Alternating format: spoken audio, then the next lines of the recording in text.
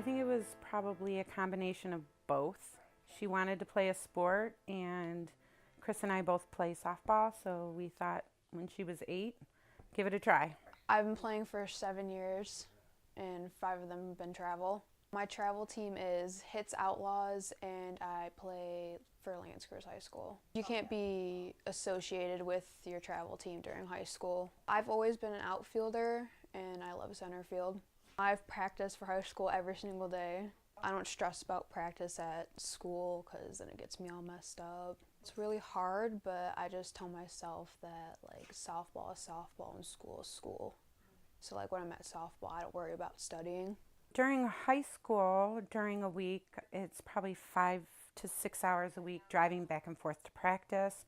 And then during league games, it's probably 10 to 15 hours if there's tournaments, which in high school they do tournaments almost every weekend. She has tournaments every weekend when high school ends through the end of August.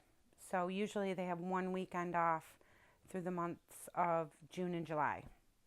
And I put everything in my phone, and Chris subscribes to my phone so he can read everything. He doesn't know how to change anything, which is good. So he just reads it, and he gets out of work before me, so it works out good because if she has to be picked up or taken to practice or to a game, he's able to take her, and then I can go when I get out of work. But our calendar keeps us in check with everything in our phones. I'm totally driving her back and forth to softball practices, and it's the games and all that, so less free time for myself. A lot of time and a lot of patience. And probably more money than need be, but it all works out.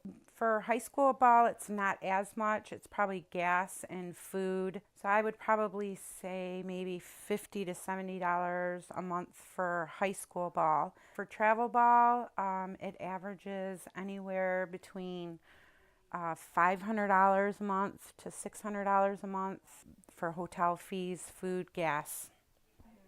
The thing I find the best about watching her play is how extremely fast she is.